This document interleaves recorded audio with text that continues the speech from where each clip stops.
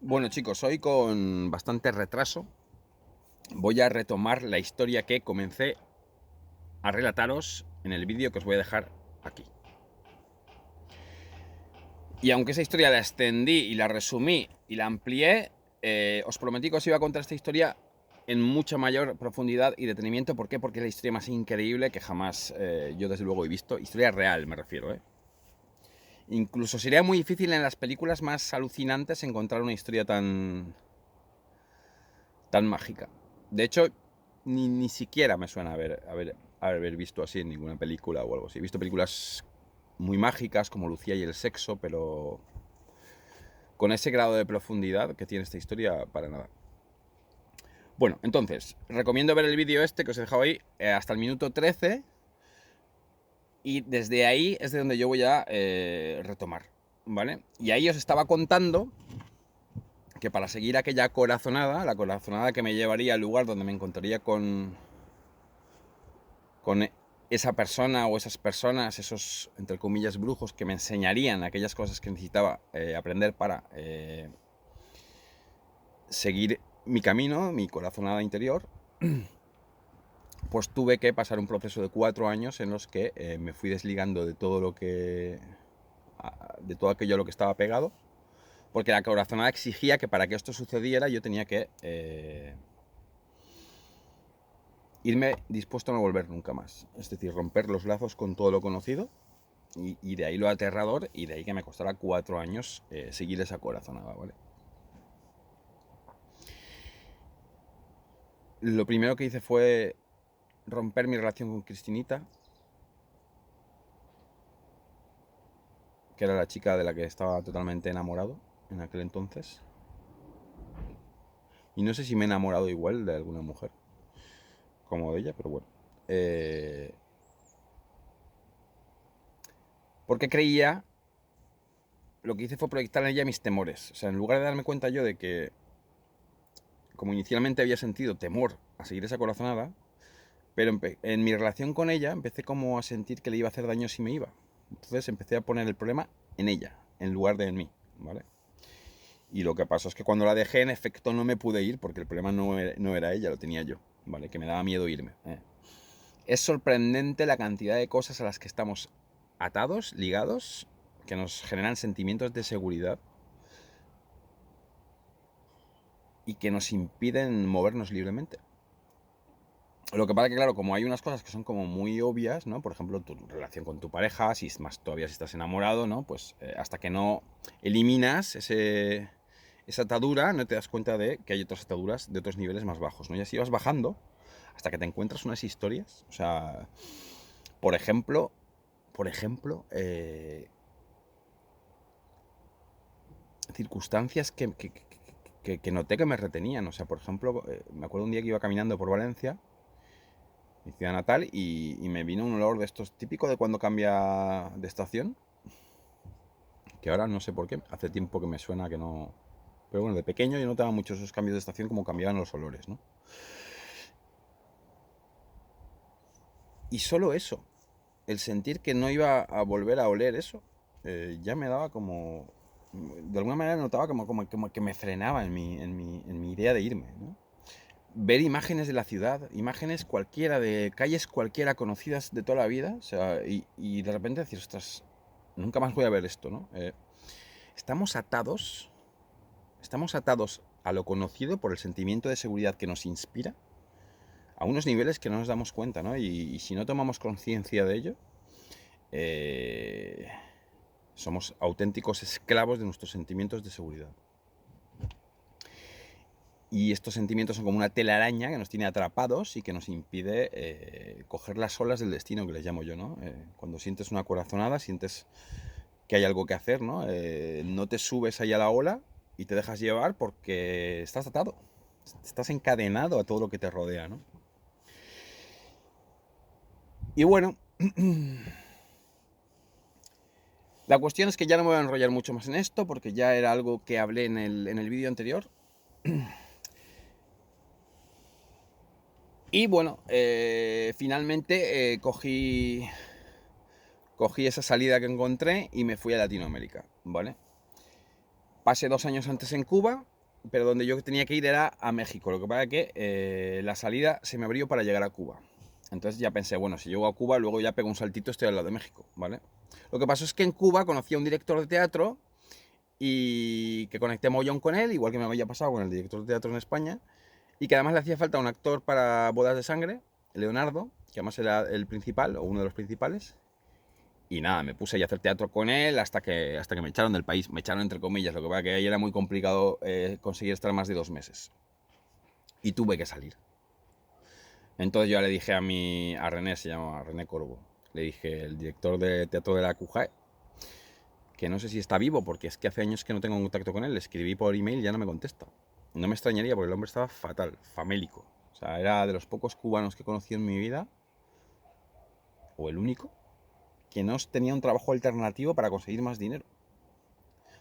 Cobraba 20, que es mucho, cobraba en aquel entonces $20, el equivalente a $20 al mes, que es mucho, porque allí cobraban como unos $6 al mes de media. Pero claro, con $6 al mes, o sea, con $20 al mes, un paquete de espaguetis vale €1. De espaguetis de la marca peor que te puedas imaginar vale €1, vale más cara que aquí en España, o por lo menos de lo que valía en aquel entonces. Y este hombre no tenía otras alternativas, se alimentaba de las hamburguesas que daban en la cuja de la universidad, que me decía que a veces tenían hasta gusanos. Y estaba flaquísimo y a veces le daban desmayos y bueno, pues pienso que igual murió, porque me extraña que desapareciera, que no me contestara nunca más, ni a los emails ni nada. Bueno, la cuestión es que claro, después de tanto tiempo, porque yo podía salir a México y volver a Cuba y seguir con el teatro, pero no. O sea, yo después de tantos años con la corazonada que tenía que llegar allí, yo dije, si salgo ya no entro. O sea, si llego a México, ya. Entonces llegué a México y, como ya adelanté en el vídeo anterior, sentí la corazonada cuando me hablaron de un lugar en concreto, que no voy a decir su nombre. Solo voy a decir que está en la región de Viricuta, en el desierto donde crece el peyote. Me hablaron de un lugar y dije, ahí es donde tengo que ir. Lo sentí. O sea, si tengo que encontrarme con esta gente, tiene que ser... Sentí que era allí. Y decidí ir allí. Vale. Entonces lo que voy a contar en este vídeo va a ser el cómo llego allí. ¿Vale? Porque al final es importante en esta historia. Yo esperaba, una vez llegase a ese lugar, me ocurriese lo más extraordinario que me había ocurrido en mi vida. Que ya era decir, porque había tenido yo, la verdad, una vida bastante extraordinaria, ¿no? Pero no, esto rompía todos los límites, ¿no? Era la corazonada de haber dejado todo en mi vida para llegar allí y encontrarme con un brujo, con un grupo de brujos que, ¡pum!, me enseñasen cosas extraordinarias que me permitiesen seguir con mi camino de aprendizaje, de búsqueda interior, de apertura de puertas de percepción que sentía bloqueado, como ya conté en el vídeo anterior, desde hacía tanto tiempo. Entonces, claro, yo pensé, estaba entonces en una playa del Pacífico, creo que se llamaba... Bueno, no me acuerdo cómo se llamaba. Y yo pensé, a ver, si yo espero encontrar a mí allí, claro, para mí era importantísimo, o sea, si yo llegaba allí y no ocurría nada, ¿qué iba a ser de mi vida? O sea, había dejado todo en mi vida dispuesto, me había ido dispuesto a no volver nunca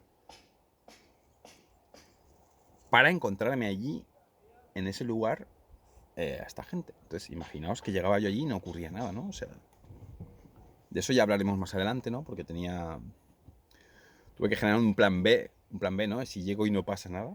A ver, no era llegar y que no pasara nada, era llegar, quedarme allí. Me había pensado unos 3 meses y si no pasaba nada, pues me generé un plan B.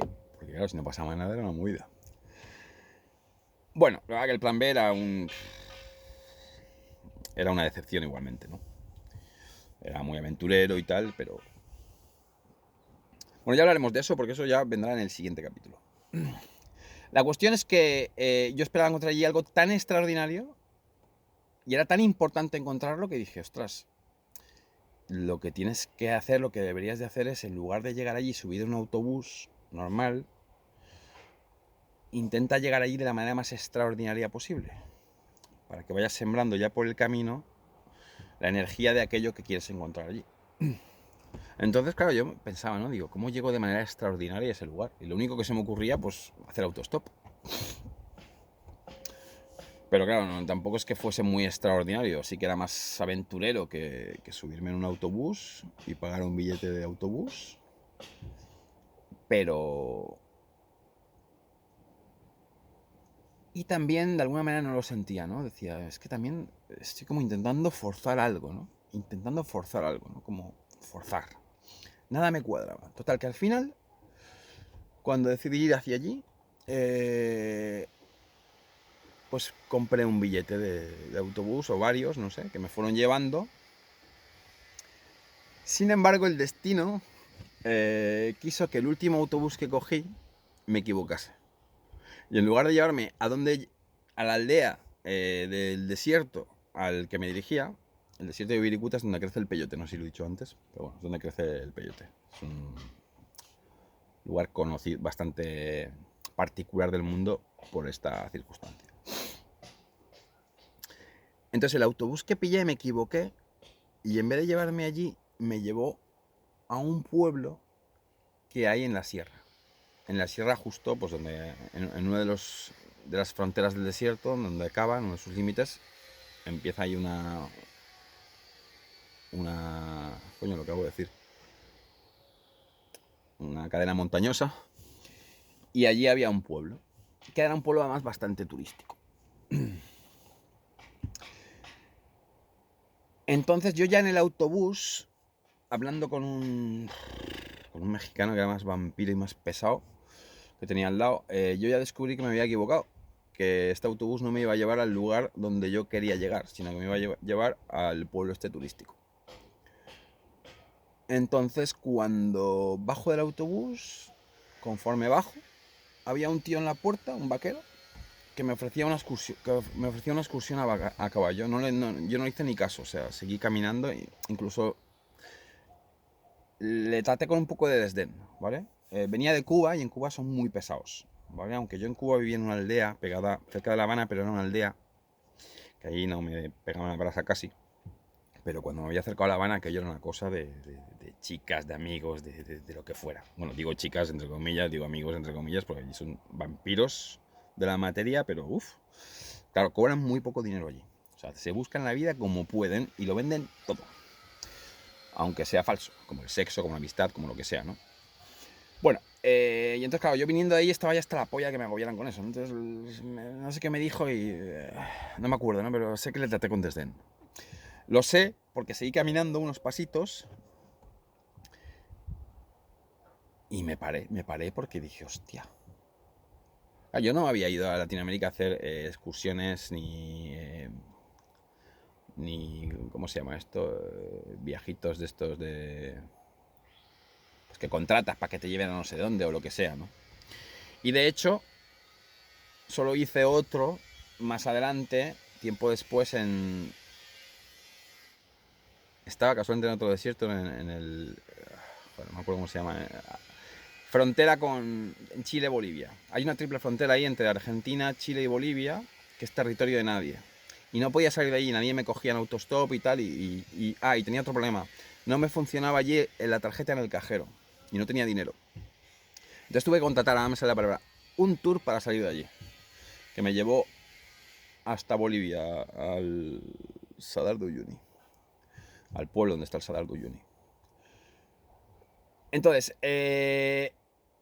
claro, caminé unos pasos y dije, ostras, si contrato una excursión a caballo y este tío me lleva bajando la sierra hasta el lugar donde quiero llegar, ostras, eso sí que va a ser un poco más extraordinario, ¿no? Entonces, de esa manera sí que podría estar preparando el terreno para que una vez llegase allí me sucediera lo que me tiene que suceder y es tan trascendente e importante para mí. Total, que me tuve que tragar mi orgullo, me volví sobre mí mismo, me acerqué y le pregunté, ¿no? Que si esa excursión a caballo me podía llevar a la aldea donde yo quería llegar. Y me dijo que sí. Total, que se subió él en un burro y yo en un caballo, que por supuesto lo dirigía él, porque yo no tenía ni puta idea de montar. Y empezamos a bajar. Ah, bueno, espérate, no, espera, importante.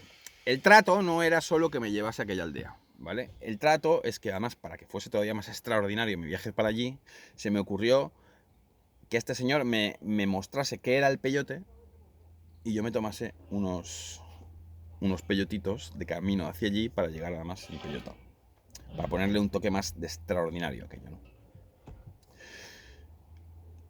Sin embargo, pasaron varias cosas de camino hacia allí. La primera es que yo ya iba montado en el caballo pensando, ¿esto qué tiene de extraordinario? Sí, tiene más de extraordinario que ir en un autobús, pero estoy pagando un tour, voy a montar un caballo que me lleva este tío.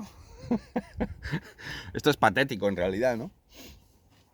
Por eso siempre he sido reacio a hacer tours, ¿no? Y cosas de esas. Y luego el tío, además, me iba como intentando meter miedo. A ver, yo tenía mis propios miedos y él se aprovechaba de ellos para meterme miedo. Os explico. Yo venía de ciudad, ¿vale? Y sí que es verdad que pues he estado por el campo y he hecho mucha montaña y mucho senderismo y que si la GR11, que si era scout, que si... bueno, lo que sea. Pero yo era de ciudad y venía con mis miedos de ciudad y más a Latinoamérica, ¿vale? Entonces yo estaba en el desierto y yo pues tenía miedos. Que si te pierdes y te quedas sin agua y te mueres de sed, que si los escorpiones, que si las serpientes de cascabel. Entonces yo le iba preguntando todas estas cosas por el camino y el tío se iba dando cuenta de que yo pues tenía, como muchos que venimos del mundo civilizado, tenemos todos esos miedos paranoicos que en realidad son absurdos, vos te das cuenta que son absurdos, ¿no? Por supuesto, hay peligros, si tú pisas una cascabel y te pega un bocado, estás jodido en medio del desierto, ¿vale? Por supuesto, pero en una ciudad tú sabes la de coches que te pueden atropellar, que están ahí y ves uno detrás de otro, ¿vale? Solo por poner un ejemplo, sí, para que la gente se vaya... Pero claro, yo en ese momento no, yo estaba con toda mi paranoia de ciudad, ¿vale? Entonces yo le iba preguntando cosas y él se iba dando cuenta de que yo tenía miedo, ¿no? Y entonces él me empezó como a hacer una especie de chantaje. Me decía que solo me podía comer un peyote, creo que me decía, o dos, como mucho dos peyotes, que si no él se iba y me dejaba allí, porque me iba a volver loquito, ¿vale? Entonces a mí me habían contado que no, que tenías que comer 3, 4, 5, 4 o 5 me suena, para que te hiciera ahí un efecto potente, ¿no? Entonces, claro, yo iba ahí intentando, pues, ahí tira y afloja con el tipo que iba, pues eso, amenazándome de que si yo me tomaba más de 2 peyotes, el tío se piraba y me dejaba allí, en ese desierto al que yo le tenía tanto miedo, a las serpientes del cascabel, a los escorpiones, a perderme, etcétera, etcétera. Pues lo de perderse, desde luego, era más fácil, ¿no? Entonces, bueno, cuando ya llegamos al desierto, hay un momento que el tío se baja del caballo y me dice, ven, tal, no sé qué. Y le acompaño y me muestra lo que es un peyote, ¿vale? Y entonces yo me pongo a buscar. Y empiezo a encontrar. Encuentro uno, otro, me los como, estaban horribles. Súper difíciles de comer. Saben a rayos. Y el tío, no, tal, no te comas cual. Y yo me había comido ya uno o dos y tenía en la mano 2 o 3 o 4 más. Y entonces a la que me volvió a amenazar, ¿no? A hacerme sentir que si me comía más de los que él decía, el tío se iba. Tuve un fogonazo de luz, de conciencia, me paré y le dije, ¿sabe qué? Don Cipriano, se llamaba Don Cipriano. ¿Sabe lo que le digo? Váyase. Solo dígame en qué dirección tengo que caminar y váyase. Claro, el tío, cuando yo le digo eso, con la convicción que se la dije, o sea, yo había pasado de estar caminando por el desierto, teniendo miedos, transmitiendo mis miedos, mis paranoias absurdas a los escorpiones y tal, a con toda la seguridad del mundo decirle, ¿sabe qué? Solo dígame para dónde hay que caminar, que yo me voy. Que sí, que se lo digo en serio. Le saqué el dinero y le pagué. Le dije, mire, tome, cójase su dinero que yo le pago. Y claro, el tío... el tío no lo digería, ¿no? Además, mi mochila, yo llevaba una mochila cuando empecé mi viaje que duró 4 años, que no cabía un alfiler. Una cosa ahí embutida. En los últimos años en Latinoamérica llevaba una mochila que decía, ¿pero qué llevas ahí si no llevo nada? Pero bueno, yo venía de ciudad con toda la historia de que necesito muchas cosas y llevaba una carga ahí monumental. Total, que sí, oiga, que sí. Usted váyase, tome el dinero, que yo me voy a comer todos los peyotes que quiera y voy a llegar para allá. ¿Qué había pasado? ¿Qué había pasado? Lo que había pasado es que la había visto. O sea, la manera la manera de llegar al lugar donde me tenía que encontrar con las personas para las que lo había dejado todo en mi vida y me había enfrentado a todos mis temores y mis apegos para llegar allí, el camino para llegar allí era precisamente hacer eso. Liberarme de mis temores y mis historias absurdas, decirle al don Cipriano este que se fuese, comerme los peyotes que ya me lo estaba comiendo y aventurarme yo solo por el desierto hasta llegar al lugar donde quería llegar, ¿vale? Una puta locura en ese momento para... O sea, para mi yo anterior, minutos anterior era una puta locura, pero para mi yo en ese momento, con ese fogonazo de luz, de claridad, decir, ostras, esto era lo que estaba viendo, que tenía que ocurrir, cómo tenía que llegar yo allí, ¿sabes? Se ha presentado solo, cogiendo un autobús que me llevó a donde no era, apareciendo el don Cipriano este, ofreciéndome un tour que lo mandé a tomar por culo hasta que dije, oye, vuelve, que este es el camino, dándome cuenta de que ese tampoco era el camino, pero sí lo era. Lo era llegado este punto. Total, que al final el don Cipriano este se fue. De vez en cuando se giraba así y me miraba con cara de un poco de incredulidad. Decir, ¿este tío qué va a hacer? Yo me comí los pedacitos estos de peyote que tenía. Y bueno, el peyote es como nada que ver con lo que cuentan o con lo que yo he leído, por ejemplo, en el primer libro de Carlos Castaneda, en el de las enseñanzas de Don Juan. Es como...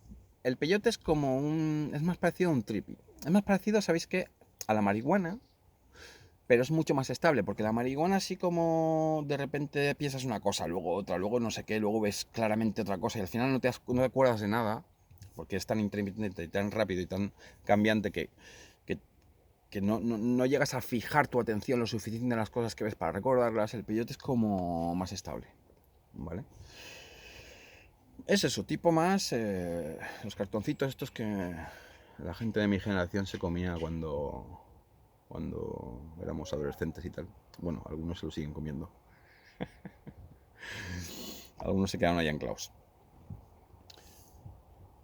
Y bueno, pues yo con toda esa distorsión de la percepción, con mi mochilaca que pesaba un quintal, con mi botella de agua que la verdad que no llevaba apenas agua y que me quedaba muy poca. Bueno, me quedaba muy poca, no. Lo que pasa es que empecé a caminar y bueno, dentro de esa clarividencia y esa fe que había desarrollado inicialmente, empecé a tener mis dudas. Porque el tipo me dijo que caminara hasta llegar a una especie de edificación, bueno, no sé, como casa abandonada o algo así que se veía a lo lejos. Y que desde allí yo vería ya la aldea a la que tenía que llegar. Entonces yo empecé a caminar hacia allá y yo no estaba tan acostumbrado a esto del desierto. En el desierto tú caminas y caminas y caminas y no llegas. O sea, no tienes sensación de avanzar, ¿vale? Entonces, como hacia la dirección opuesta, a lo lejos, se veían un montón de casas que también parecían abandonadas, pero bueno, habían muchas. Eso parecía un pueblo, una aldea. Eso bien podía ser un pueblo o una aldea, ¿no? Entonces, hay un momento en el que yo digo, joder, tengo poca agua, porque claro, el agua se iba acabando. Hacía mucho calor allí caminando con ese mochilón que llevaba a la espalda. Y empecé a caminar hacia la aldea aquella. Pero es que al rato caminar hacia la aldea aquella dije, no. Y me puse otra vez a caminar hacia el lugar este. Y creo que ya otra vez caminando hacia la aldea, que no sé las horas que llevaba haciendo esto, ¿vale? O sea, estaba haciendo lo más estúpido posible. De repente, entre una dirección y otra hacia allá, vi una especie de como de autobús que hacía así, ¿sabes? Y de repente hacía así, y de repente hacía así. Una cosa muy rara. Claro, yo iba además con esto distorsionada, ¿no? Y digo, coño, ahí hay algo, ¿no? Hay un camino, una carretera o algo, y ahí va pasando un autobús, es posible que pase más gente. Total, que cogí la mochila y me fui para allá. ¡Fum! Y ya de camino para allá, no estoy muy seguro, pero creo que vi pasar algún coche más. O sea, que ya me di cuenta que ahí había una carretera. Total, que nada, llegué a la carretera y dejé la mochila ahí y al poco de llegar apareció tras la curva un vehículo, una pick-up de estas, que son las camionetas estas típicas de Norteamérica y de Sudamérica y de Centroamérica. Le levanté el dedo y paró. Y me subí detrás, lancé la mochila detrás y me subí detrás y me llevó a la aldea a la que iba. Y me subí en esa camionetita y bueno, ahora sí que había vivido una aventura. Me sentía más ahí como subido en un dragón metálico que había acudido a mi rescate, con el viento que me daba en la cara y tal, y ya tranquilo, ¿no? De que iba a llegar. Y bueno, y la misión estaba cumplida. Bueno, llegué al lugar de una manera totalmente extraordinaria. O más que totalmente extraordinaria, afín a aquello que tenía que ocurrir allí y afín a aquello que me había llevado allí. O sea, soltarme de todos esos miedos, inseguridades y aventurarme a lo desconocido, ¿no? Dar ese salto de fe a lo desconocido y decir, me tiro a la piscina y que sea lo que sea, ¿vale? Fuera miedos, fuera paranoias, fuera neuras, fuera sentimiento de seguridad, fuera todo. Allá vamos, ¿vale?